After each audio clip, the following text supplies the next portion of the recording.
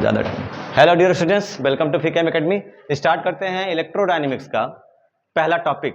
अभी तक आपने इलेक्ट्रोस्टैटिक्स पढ़ रखा है, स्थिर विद्युत की, जिसमें आवेश रुका हुआ होता था, है ना। चार्ज एट रेस्ट पढ़ते थे। बट आज आपको क्या पढ़ना है? Current electricity. इलेक्ट्रिसिटी मतलब इलेक्ट्रॉनों की जो सिटी है उनको क्या करना है?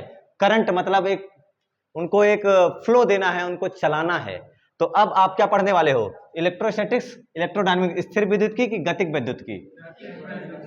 इलेक्ट्रोडायनेमिक्स पढ़ने वाले हो। यानी अब आपका जो चार्ज है, यहां से एक बात हमेशा याद रख के चलना है पूरे होल चैप्टर, और आगे क्लियर होना चाहिए कि अब जो हमारा चार्ज है अभी तक क्यू एट रेस्ट, याद है? लास्ट टॉपिक, लास्ट वीडियो आपने पढ़ी, वीडियो बनी भी है, देख लीजिएगा। उसमें आपको बताया गया है इलेक्ट्रोस्टैटिक्स ऑफ कंडक्टर, चालक का स्थिर विद्युत की पढ़ा है। इलेक्ट्रोस्टैटिक्स ऑफ कंडक्टर, जिसमें चार्ज रुका होता था तो उसके लिए कई सारी प्रॉपर्टीज पढ़ते थे। फील्ड परपेंडिकुलर्स होती है, अंदर फील्ड जीरो होती है, अंदर चार्ज जीरो होता है, पोटेंशियल सेम होता है सरफेस पर और अंदर, सारी चीजें पढ़ा रखा है, वही सारी प्रॉपर्टी। तो उसमें पढ़ा इलेक्ट्रोस्टैटिक्स, प्योर इलेक्ट्रोस्टैटिक्स पढ़ा। चार्ज हमेशा रुका रहेगा, लेकिन अब आपका जो चार्ज है, अब चार्ज अगर क्यू एट रेस्ट ना हो करके क्यू किस में हो जाए? मूवमेंट, मूव करने लग जाए, क्यू इज मूविंग। अब आपका चार्ज जो है वो मूव करने लग जाएगा, और अब आप पढ़ेंगे चार्ज मूव करने की वजह से इलेक्ट्रोडायनेमिक्स। चार्ज की डायनेमिक्स, चार्ज की गतिकी, मोशन में आ गया इलेक्ट्रोडायनेमिक्स। लेकिन ऐसे इस चैप्टर में आपको क्या याद रख के चलना है कि हम पढ़ेंगे Q is moving with constant velocity, एक नियत चाल से, एक अच्छी सी रफ्तार से चलेगा, और जो कि एकदम एवरेज होगी, बढ़िया एक ठीक ठाक स्पीड होने वाली है। तो उस स्पीड से चलने वाले हैं, ठीक है। बहुत आड़ी टेढ़ी स्पीड नहीं कि कभी ज्यादा कभी कम, एक्सीलरेशन आ जाएगा। और एक्सीलरेशन आ जाएगा तो हम एक नई ब्रांच पढ़ते हैं जिसे बोलते हैं इलेक्ट्रोमैग्नेटिक वेव। तो वो अलग चीज है। अभी आप कैसे चार्ज को कैसे चलाओगे? विथ कांस्टेंट स्पीड से, एक नियत चाल से चलाओगे। नियत चाल से मतलब एक्सीलरेशन कितना होगा? 0। तो अब हम चलाने वाले हैं धारा विद्युत के बारे में। ये आपका पहला लेसन है, तो चलिए शुरू करते हैं। सबसे पहला टॉपिक जो इसका लेसन का है, इसके लिए आपको क्या क्या पता होना चाहिए? Basic study of charges. What is electromagnetism? Basic study of charges. रुका हुआ तो पढ़ लिया, चल रहा है तो पढ़ना शुरू करते हैं। सबसे पहला जो आपको इसमें पढ़ना है, इलेक्ट्रिक करंट, विद्युत धारा। इलेक्ट्रिक करंट, विद्युत धारा, ये आपके बारे में है। क्या होता है विद्युत धारा? आवेश प्रवाह की समय दर को, rate of flow of charge, इसे बोलते हैं इलेक्ट्रिक करंट। इलेक्ट्रिक करंट के बारे में और अच्छे से अगर हम जानने की कोशिश करें तो देखो ध्यान से, जैसे rate of flow of charge आपने बताया ना, इलेक्ट्रिक करंट, करंट का मतलब मैंने आपको बताया है चलने से है। करंट का मतलब चलने से है, और किसके चलने से है? इलेक्ट्रिक। इलेक्ट्रिक का मतलब क्या होता है? कौन चलेगा भाई? इलेक्ट्रिक का मतलब चार्ज चलेंगे, और विद्युत का मतलब आप जानते हो कौन चलता है? आवेश चलता है। अब आवेश का चलना, आवेश की धारा, जैसे जल की धारा, पानी गिराओ तो जल की धारा ऐसे गिरती है नहीं गिरती है, तो उसमें कौन फ्लो हो रहा है? पानी। पानी ही तो फ्लो हो रहा है, वाटर ही तो फ्लो हो रहा है। वैसे आप क्या फ्लो कराने वाले हो? इलेक्ट्रॉन्स का फ्लो कराने वाले हो, पॉजिट्रॉन्स का फ्लो कराने वाले हो, ठीक है। तो ऐसे जब आप इनको चलाने लग जाओगे तो इनका चलना ही क्या कहलाएगा? आपका इलेक्ट्रिक करंट। क्लियर है सबको? चार्ज का चलना, चार्ज का चलना ही क्या चीज है? इलेक्ट्रिक करंट, विद्युत धारा है। लेकिन कैसे, आइए उसके बारे में जानते हैं कि कैसे चलता है। अब ध्यान से देखो, मान लो कि दो इंसान ले लेते हैं, राम और श्याम करके, ठीक है। राम और रोहित कर लो, जो आपको अच्छा लगे। दोनों आर कर दिया मैंने, राम और रोहित, इन दोनों को कर लिया मैंने। और उसके साथ साथ अब ध्यान से देखो, इसके अंदर मैंने चार्ज का फ्लो कराया, और इसके अंदर भी किसका चार्ज फ्लो कराया? चार्ज का। मैंने क्या कहा है? इलेक्ट्रिक करंट का मतलब क्या होता है? आवेश का चलना, आवेश का चलना। आवेश अब चलने लग जाएगा, इलेक्ट्रिक करंट मिलेगा। इसके अंदर से भी पास कराया, इसके अंदर भी पास कराया, लेकिन इसके अंदर से जो पास कराया ना, मैंने 200 कूलाम पास कराई, और इसके अंदर भी कितने कूलाम? 200 कूलाम। बोलो करंट की वैल्यू, बोलो करंट की वैल्यू। आप कहोगे सर 200 कूलाम कैसे बताएं? करंट सेम ही तो लग रहा है। लेकिन अब हमने कह दिया इसके अंदर मैंने 200 कूलाम पास कराए, T = 0.1, जी हाँ 0.1 सेकंड में, 0.1 सेकंड में। और इसके अंदर मैंने वही 200 कूलाम पास कराया फॉर T = 1 आवर में, 1 घंटे में। अब आपको बताओ कि किसको बस कुछ ही क्षण में पूरी दुनिया का अंत नजर आने वाला है? राम को कि रोहित को? क्यों? क्यों?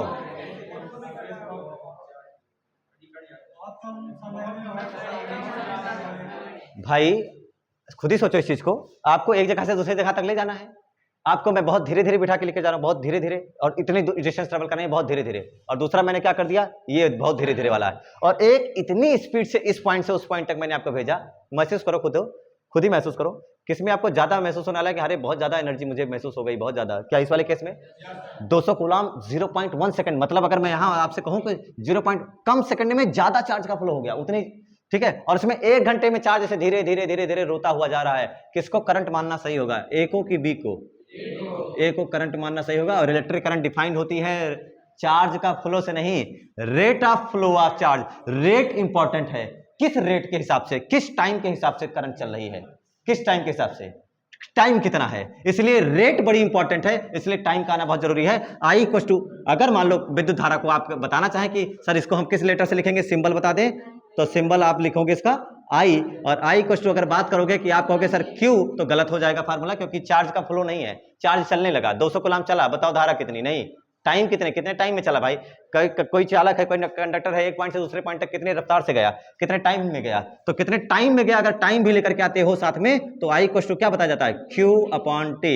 ये नॉर्मल फार्मूला है, ये नॉर्मल फार्मूला है, बट आप इंस्टेंटेनियस बहुत ही स्मॉल करंट के लिए अगर आप चले जाते हो आई इंस्टेंटेनियस, तो आप क्या लिखते हो, D q upon d T, ठीक है। आई होप आपको ये D q upon d T problem नहीं दे रहा होगा, क्योंकि हमने इंस्टेंटेनियस निकाला है। एवरेज अगर मुझे पढ़ना होगा तो आई एवरेज, अगर औसत करंट बताते हैं तो हम delta Q upon delta T, और वही चीज अगर इंस्टेंटेनियस बताते हैं तो डेल्टा टी बहुत बड़ा लेते हैं, बहुत छोटा लेते हैं। अगर आई इंस्टेंटेनियस बताने की कोशिश करने चले कि सर आई इंस्टेंटेनियस बताना है, तो हम क्या लिखते हैं, डेल्टा, सॉरी, लिमिट लगाते हो और कहते हो कि सर जो डेल्टा टी है आपका बहुत छोटा होना चाहिए, बहुत छोटा, 0.0001 into delta Q final minus Q initial वाला अपॉन डेल्टा टी, और आप इसी को कन्वर्ट करके लिखते हो आई इक्वल टू क्या लिखते हो, D q upon d T, ये चीज हो जाएगा आपका आई इंस्टेंटेनियस। तो आई एवरेज और आई इंस्टेंटेनियस एक ही चीज है कि अलग अलग है, आई एवरेज और आई इंस्टेंटेनियस, औसत धारा और तात्क्षणिक धारा एक ही चीज है कि अलग अलग है, एक ही चीज है कि अलग अलग है। आई इंस्टेंटेनियस और आई एवरेज जमीन आसमान का अंतर है, ऐसा मत सोच लेना कि आई एवरेज और आई इंस्टेंटेनियस एक ही चीज है भाई, फार्मूला ही अलग अलग है। इसमें डेल्टा टी आपको एक फिक्स टाइम इंटरवल रहेगा 2 घंटे से 3 घंटे के लिए, 2 मिनट से 3 मिनट के लिए, और इसमें क्या होगा, केवल बहुत ही फॉर वेरी स्मॉल टाइम के लिए। तो क्या चीज जरूरी है इसमें, चार्ज का फ्लो या चार्ज का flow with rate, with rate, समय, आवेश प्रवाह की दर, आवेश का प्रवाह ही नहीं, आवेश प्रवाह की समय दर, कि कितने समय में कितना फ्लो हुआ। तो डेफिनेशन क्या लिखेंगे, the rate of flow of charge is known as electric current, आवेश प्रवाह की समय दर को विद्युत धारा कहते हैं, आवेश प्रवाह की समय दर को विद्युत धारा कहते हैं, आवेश प्रवाह की समय दर को विद्युत धारा कहते हैं।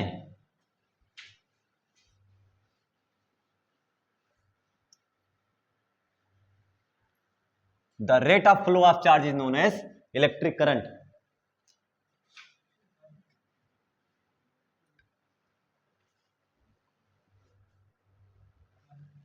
डेफिनेशन क्लियर, सिंबल लिखो, प्रतीक किस लेटर से लिखते हो इसको, symbol equal to I, clear हो गया। फार्मूला बनाते हैं इसको लिए, फार्मूला क्या होगा, आई इक्वल टू, नॉर्मल फार्मूला क्या याद रख लो, क्यू अपॉन टी, नॉर्मल इसको याद रख लो, बट और अच्छे से अगर हमें स्मूथली बहुत अच्छे से पढ़ना है तो आई एवरेज भी पढ़ते हैं, औसत धारा क्या होगी, delta Q upon delta T. देखो 10th वगैरह में ये फार्मूले नहीं बताए जाते। और आई इंस्टेंटेनियस अगर करोगे तो डेल्टा टी आपका बहुत छोटा हो जाएगा और आप पढ़ोगे D q upon d T. Generally ये सब अलग अलग होते हैं, बट अगर स्टेबल करंट हो, स्टेडी करंट हो, आप सुनो ध्यान से, स्टेडी करंट क्या चीज है, स्टेडी करंट मतलब अस्थाई धारा, एक जैसी रहने वाली धारा, एक जैसी रहने वाली धारा के लिए आई इंस्टेंटेनियस आई एवरेज एक ही लगा दोगे। कांस्टेंट धारा जिसे कहते हैं, कांस्टेंट करंट, बात समझ में आ रही, कांस्टेंट, एक समान चाल, वही वाला हाल है। तो उसके लिए अगर कोई एक समान चाल से चल रहा है तो उसके लिए एवरेज और इंस्टेंटेनियस की वैल्यू सेम आती है। पूरा काइनेमेटिक्स है, पूरा काइनेमेटिक्स है जो आपने 11th में मोशन इन स्ट्रेट लाइन पढ़ रखा है। तो I average equal to I instantaneous हो जाएगा फॉर स्टेडी करंट, अस्थायी धारा के लिए दोनों इक्वल हो जाएंगे, बाकी किसी के लिए इक्वल नहीं होने वाले हैं। क्लियर हो गया। अब बात करते हैं यूनिट को लेकर के। यूनिट बोलो सब लोग, क्या बना रहे हो जो देख करके नजर आ रही है, कूलाम, चार्ज का यूनिट कूलाम, टाइम का सेकंड, फिर से सब सेम ही है तो आप लिखोगे कूलाम पर सेकंड। तो ये हो गया आपके लिए जो आपने बनाई यूनिट, जो आपने यूनिट बनाई कूलाम पर second, still it is fundamental quantity. भले इसमें दो लोग हैं, भले इसमें कूलाम भी है और सेकंड भी है, फिर भी ये कैसी क्वांटिटी है, फिर भी कैसी क्वांटिटी है। तो आप क्या बताओगे कि ये फंडामेंटल, आप लोगों को पता होगा ना ये बात, कैसी क्वांटिटी है, फंडामेंटल क्वांटिटी है कूलाम पर सेकंड। ऐसा देखो जैसे फोर्स का यूनिट क्या बताते हो, फोर्स का unit F equal to on the basis of MA kilogram metre per second square, but इसके प्लेस पर आप लोगों ने एक SI यूनिट छाप रखी है, क्या बोलते हो उसको, न्यूटन। वैसे ही इसके जगह पर भी जो यूनिट प्लेस करी जाती है वो क्या है, एम्पियर। तो कूलाम पर सेकंड और एम्पियर, तो एम्पियर हो जाएगा जिसको आप कैपिटल A से लिखोगे, ठीक है, कैपिटल A से। तो ये हो गया आपका यूनिट के बारे में बात करते हैं। यूनिट क्वांटिटी मैंने कैसे बताई भाई, आपके इसमें दो चीजें सम्मिलित हैं, लेकिन अब ध्यान से देखो आप कितनी चीज सम्मिलित हो गई, एम्पियर। तो इसकी SI यूनिट कूलाम पर सेकंड नहीं है, SI यूनिट क्या चीज है, एम्पियर। इसको याद रखना है कि SI यूनिट एम्पियर होती है और इसके बेसिस पर आप लोग पूरी स्टडी करने वाले हो, ठीक है। कूलाम पर सेकंड जरूरत पड़ेगी तो यूज करेंगे। क्वांटिटी फंडामेंटल है और इसके बारे में बात करेंगे, स्केलर है कि वेक्टर। तो उसको जानने से पहले इसमें डायरेक्शन का खेल हम जान लेते हैं कि कैसे होता है, ठीक है, कैसे होगा। तो डायरेक्शन के बारे में बात करो, जैसे आप लोगों को शायद पता होगा कि आवेश कब चलेगा, चलान हमें क्या करना है, करंट इलेक्ट्रिसिटी में करंट, आपने कहा rate of flow of charge, तो rate of flow of charge, flow कराना है, फ्लो कराना है मतलब चलाना है। और अगर चलाओगे तो कौन चलेगा, चार्ज ही तो चलेगा। और चार्ज में, चार्ज के रूप में आपके पास कौन चलने के लिए बैठा है, अगर आपके पास कोई मटेरियल है, कोई कंडक्टर है, तो अगर आपके पास कोई कंडक्टर है तो कौन चलेगा, इलेक्ट्रॉन नहीं, फ्री इलेक्ट्रॉन्स चलेंगे। क्या चलेंगे, फ्री इलेक्ट्रॉन्स। बैलेंस सेल के बाहर वाले जो हैं, जो सबसे बहुत ही बिग इंट्रामोलिकुलर फोर्स से बंधे हुए हैं, वो उनके टूटने का चांस जल्दी है और वो मूव कर जाएंगे, वही आपके कहा है फ्री इलेक्ट्रॉन। तो करंट इलेक्ट्रिसिटी में जो करंट चलेगा वो इलेक्ट्रॉन की वजह से नहीं, इलेक्ट्रॉन की वजह से नहीं, किसकी वजह से, ड्यू टू फ्री इलेक्ट्रॉन्स, उनकी वजह से चलने वाला है। तो वो चलेंगे कब, आपने तो इलेक्ट्रोस्टैटिक्स में पढ़ रखा है भाई, वो रुके होते हैं, कैसे गति करेंगे, कैसे मोशन में आएंगे, जब वैद्युत क्षेत्र लगाया जाएगा, जब इलेक्ट्रिक फील्ड अप्लाई करी जाएगी उस कंडक्टर के थ्रू, तो अपने आप वो क्या करने लग जाएंगे, मूवमेंट करने लग जाएंगे। इसका मतलब है इलेक्ट्रिक फील्ड का आना जरूरी है। अगर चार्ज का पढ़ना, अगर करंट पढ़ना जरूरी है तो किसका आना जरूरी है, इलेक्ट्रिक। सोचो इलेक्ट्रिक फील्ड आएगा तो अपने आप कौन चलाएगा, इलेक्ट्रिक फील्ड आएगा तो अपने आप कौन चलाएगा, इलेक्ट्रिक फील्ड के साथ में कौन आता है, दूसरा इलेक्ट्रिक फील्ड इंटेंसिटी और इलेक्ट्रिक पोटेंशियल। अगर इलेक्ट्रिक फील्ड पढ़ा तो अपने आप क्या चीज आएगा, पोटेंशियल। यानी चार्ज को चलाने के लिए आपको क्या चाहिए, आपने चार्ज को चलाया, एक पॉइंट से दूसरे पॉइंट तक ले जाने में वर्क डन, चार्ज को चलाया, चलाया तो मतलब वर्क डन। और चलाया कब, तो आपने बात करी work done, work done upon per unit charge, तो क्या बताते हो आप लोग, पोटेंशियल। तो अगर आपको करंट चलाना है तो आपको भविष्य में किसकी जरूरत पड़ने वाली है, पोटेंशियल की जरूरत पड़ने वाली। पोटेंशियल आएगा किसकी वजह से, पोटेंशियल आएगा इलेक्ट्रिक फील्ड की वजह से। तो इलेक्ट्रिक फील्ड भी लाना बहुत जरूरी है। तो अगर हम बात करें कि किसी कंडक्टर में ये अगर चलेगा कैसे, सोचो मान लो अगर आपके पास ये कोई कंडक्टर है, कोई तार है बेलनाकार, ठीक है, सिलेंड्रिकल तार है, इसमें फ्री इलेक्ट्रॉन्स ऐसे बैठे हैं, माइनस माइनस, ये सब फ्री इलेक्ट्रॉन्स ऐसे बैठे हुए हैं, और अभी तो कोई करंट नहीं चल रहा है क्योंकि ये चल नहीं रहे। बट सोचो अगर इलेक्ट्रिक फील्ड लगा दी जाए, तो इलेक्ट्रिक फील्ड लगा दी जाए, मान लो मैंने ऐसे लगा दी इलेक्ट्रिक फील्ड ऐसे। अब बताओ ये नेगेटिव चार्ज है पॉजिटिव चार्ज है, कहां से कहां भागेगा, हायर पोटेंशियल से लोअर या लोअर पोटेंशियल से हायर। क्या ये हम सबको पता है कि सर नेगेटिव चार्ज जो भागता है कहां से भागता है, लोअर से हायर पोटेंशियल भागता है। तो सोचो लोअर से हायर पोटेंशियल में भागेगा तो क्या सारे नेगेटिव उधर को भागेंगे, अपोजिट भागेंगे, और क्या चार्ज सारा उधर फ्लो होगा, चार्ज उधर फ्लो होगा तो क्या करंट उधर मिलनी चाहिए, नहीं। तो क्या ध्यान रखना है इस चीज को, नेगेटिव चार्ज के, देखो करंट ऐसा ना पहले माना गया कि कोई देवीय शक्ति है, जब बिजली आसमान में गड़कती थी तो लगता था कि देवीय शक्ति है और उसको नेगेटिव माना नहीं जा सकता था। तो ये कहा ही नहीं गया कि नेगेटिव के चलने की दिशा में डायरेक्शन में करंट की डायरेक्शन होगी। क्या मान लिया गया कन्वेंशनली कि हम क्या मानेंगे, नेगेटिव के डायरेक्शन में नहीं, इसको नेगेटिव के अपोजिट डायरेक्शन में। तो यहां से अगर कहें कि अगर मूवमेंट ऑफ चार्जेस, क्या चीज, अगर मूवमेंट ऑफ चार्जेस मान लो ये नेगेटिव है, ई नेगेटिव मैंने कर दिया और वो इधर भाग रहा है, तो आप इसके लिए क्या कह सकते हो कि करंट क्या उधर ही जाएगी या पीछे चलेगी, क्या जस्ट अपोजिट चलेगी। तो करंट के बारे में यहां बात करेंगे तो करंट आपकी opposite to movement of negative charge particles, जिधर जाएगा इलेक्ट्रॉन उसके अपोजिट जाएगी करंट, ठीक है। ये हो गया आपका। अच्छा इसका एक और केस अगर देखना चाहो तो अगर हमने सर प्लस ले लिया, ठीक है, ई प्लस पॉजिट्रॉन, अजम्पशन है, मान लिया हमने अपनी तरफ से, ठीक है, पॉजिट्रॉन कि इसमें सब पॉजिट्रॉन भरे हुए हैं, प्लस प्लस प्लस सब प्लस वाले हैं। अब बताओ किधर भागेगा, हायर से लोअर, लोअर से हायर। अब तो आपके पास प्लस हो गया ना, अब तो ये अपने आप भागेगा हायर पोटेंशियल से लोअर पोटेंशियल, और अगर हायर पोटेंशियल लोअर पोटेंशियल भागेगा तो आप ये साफ साफ कह सकते हैं कि अब जो ये सब ऐसे भागने लग जाएंगे और करंट भी क्या ऐसे मिलने वाली है, तो आप कहेंगे कि अगर ये ऐसे भाग रहा है तो क्या करंट भी ऐसे भागेगी? तो ये हो गया करंट की डायरेक्शन। तो करंट में डायरेक्शन होती है नहीं होती है? Fundamental plus vector, fundamental plus नहीं, ये सावधान देनी, यहां पर ध्यान देना है कि ये फंडामेंटल क्वांटिटी तो है लेकिन वेक्टर नहीं है। क्यों? क्योंकि ये वेक्टर, जो वेक्टर क्वांटिटी वो होती है जिसमें मैग्नीट्यूड भी होता है, डायरेक्शन भी होती है और फॉलो करती है वेक्टर लॉ ऑफ एडिशन को। ये सदिश योग के नियम का पालन नहीं करती है। जब वेक्टर लॉ ऑफ एडिशन को फॉलो नहीं करेगी तो वेक्टर क्वांटिटी नहीं होगी। तो कौन सी क्वांटिटी होनी चाहिए? फिर स्केलर दिमाग में आता है। क्या आता है? अगर कुछ ना कहा हो तो क्या याद रखना है? स्केलर। अगर कुछ ना कहा हो तो क्या याद रखना है? स्केलर। अरे भाई और क्या मान कर, आदिश ही तो ये है, कैसी क्वांटिटी होगी भाई? डायरेक्ट मैंने क्या बताया कि किसके नियम का योग का पालन नहीं करती? तो जब सदिश योग के नियम का पालन नहीं करेगी तो सदिश राशि होगी कभी नहीं, कभी नहीं हो सकती है। उसको थोड़ा एग्जांपल से दे सकते हैं कि क्यों करंट जो है वो स्केलर क्वांटिटी है, और स्केलर के बाद में और भी जानेंगे अच्छे से कॉन्सेप्ट और क्लियर करके कि स्केलर है कि कुछ और भी है। ठीक है, तो अभी जब तक कुछ ना पता हो क्या मान लो? स्केलर। तो करंट के बारे में चलते हैं एक इलस्ट्रेशन को देख करके। इतने बातें कि सबको क्लियर है? डायमेंशन बताओ, dimensional formula of electric current, dimensional formula of electric current A. अब उसको भी सोचना पड़ेगा तो फिर शर्म वाली बात है ना? अब अगर डायमेंशनल फार्मूला अगर इलेक्ट्रिक करंट का सोचना पड़ गया तो फिर आज सब लोग पानी देख लेना जा करके। अब बताओ इसमें क्या पढ़ने वाले थे? ये देखो ध्यान से, मान लो यहाँ से 2 एम्पियर 3 एम्पियर आ रही है और यहाँ से क्या एम्पियर आ रही है?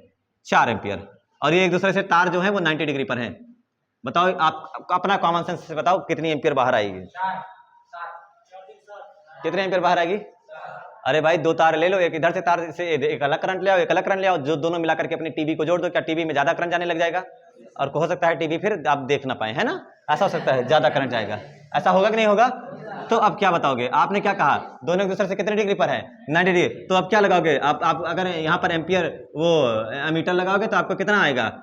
4 3 7, पता नहीं 7 आएगा कि नहीं। मैंने कहा कि सर अगर ऐसे करें तो 4 स्क्वायर 3 स्क्वायर 4 चौके 16 3 3 9 16 9 25 √25 और कितना आया? 5 एम्पियर। अमीटर लगाया, औकात पता लग गई, पता लगा तेरे यहाँ तो 7 एम्पियर आ रहा है। इसका मतलब है ये इस वेक्टर लॉ ऑफ एडिशन को फॉलो नहीं करती है। क्या बात समझ में आया? तो वेक्टर लॉ ऑफ एडिशन को नहीं फॉलो करती, फिर भी इसमें क्या होती है? डायरेक्शन। फिर भी क्या होती है इसमें? डायरेक्शन। हमने कहा अच्छा एक काम करें, ऐसे ना होकर के तो स्केलर ही बोल दिया जाए, इसको प्योर स्केलर, इसको प्योर स्केलर बोल दे। तो इसको ट्रीट किया ही जाता है स्केलर को। जैसे अब ध्यान से देखो, सेम ऐसे मान लो कि ये आ रहा है, ये और ये दोनों, फिर से वही 90 डिग्री पर रखना चाहो तो रख लो। और यहाँ से मैं आपसे करंट पूछूं, यहाँ आ रही है 4 एम्पियर और यहाँ से जा रही है 3 एम्पियर। आप बताओ यहाँ कितनी एम्पियर? कैसे पता चला? आ रही है 4, आ रही है 4, इधर कौन लोड, कितनी लोड गई? 3 एम्पियर, और इधर कितनी चली गई? 1 एम्पियर। तो क्या डायरेक्शन बदलने से मैग्नीट्यूड चेंज होता है कि नहीं चेंज होता? मैग्नीट्यूड, डायरेक्शन बदलने से मैग्नीट्यूड चेंज होता है, लेकिन वेक्टर लॉ ऑफ एडिशन को फॉलो नहीं करती। तो स्केलर या टेंसर? स्केलर या टेंसर?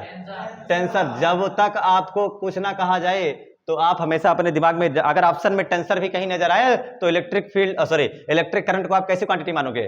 टेंसर। क्यों? क्योंकि इसमें डायरेक्शन चेंज करने पर, करंट के फ्लो की डायरेक्शन चेंज करने पर वैल्यू चेंज हो जाती है, इसलिए ये डायरेक्शन पे डिपेंड करती है। और करंट, विद्युत धारा कैसी राशि हो गई?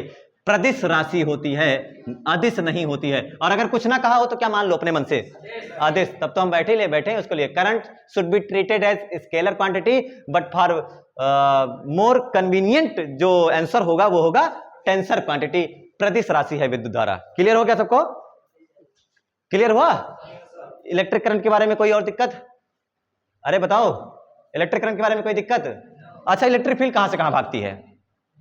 इलेक्ट्रिक फील्ड कहां से कहां भागती है? अरे पोटेंशियल के बेस पर बोलो। इलेक्ट्रिक फील्ड हायर पोटेंशियल से लोअर पोटेंशियल भागती है। अरे प्लस का मतलब हायर पोटेंशियल और माइनस का मतलब लोअर पोटेंशियल, ऐसे याद कर लो। तो इलेक्ट्रिक फील्ड कहां से कहां भागती है? हायर पोटेंशियल से।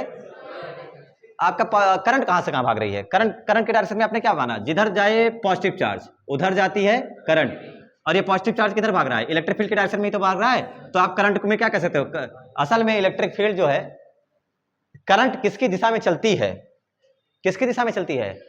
Current flows in the direction of electric field. जिधर जाएगी इलेक्ट्रिक फील्ड उधर अपने आप को क्या मान लेना है कि हमारी करंट उधर ही चल रही है। तो डायरेक्शन को लेकर के इसमें क्या बात करते हैं? दोनों बातें जो नहीं लिखी होगी आप लोगों ने, डायरेक्शन को लेकर के। क्या क्वांटिटी क्लियर हो चुका है सबको? कैसी क्वांटिटी है? प्रदिश है, अदिश मत याद रखना, बट याद रख लेना अगर ऑप्शन में प्रदिश ना हो तो। डायरेक्शन के बारे में बात कर लें तो डायरेक्शन में क्या कहा? जिधर जाएगा पॉजिटिव उधर जाएगा करंट, जिधर जाएगा निगेटिव उसके अपोजिट जाएगी करंट, और इसको जनरलाइज करके आप क्या कह सकते हो, in the direction of electric field, वैद्युत क्षेत्र की दिशा में कौन चलती है, करंट। वैद्युत क्षेत्र की दिशा में चलने वाली चीज है करंट। तो डायरेक्शन के बारे में अगर और बात करते, डायरेक्ट लिख दिया, क्या डायरेक्शन, क्या लिखोगे, इलेक्ट्रिक, क्या वैद्युत क्षेत्र की दिशा में कौन चलती है, धारा। Current flows in direction of electric field, current flows, electric current flows in direction of electric field. Clear हो गया सबको? ये था आपका इलेक्ट्रिक करंट के बारे में शॉर्ट सा, बहुत क्या जितना भी बता सकते थे उतना बता दिया आपको। क्लियर हो गया? ये आपको याद भी रखना है, अच्छे से क्लियर करके रखना है, ठीक है। इसमें कोई दिक्कत किसी की होनी नहीं चाहिए। Current flows in the direction of electric field, वैद्युत क्षेत्र की दिशा में कौन भागती है? अरे वैद्युत क्षेत्र भी हायर पोटेंशियल से लोअर पोटेंशियल भागता है, पॉजिटिव चार्ज भी हायर से लोअर भागता है, तो करंट भी कहां से कहां भागेगी, हायर से लोअर, यानी in the direction of electric field. तो वैद्युत क्षेत्र जिधर जाएगा उधर कौन भागेगी, धारा, करंट उधर ही जाएगी। क्लियर हो गया? क्लियर हुआ? एक आध न्यूमेरिकल कर लोगे? चलो एक आध न्यूमेरिकल कर लेते हैं और उसके बाद देख लेते हैं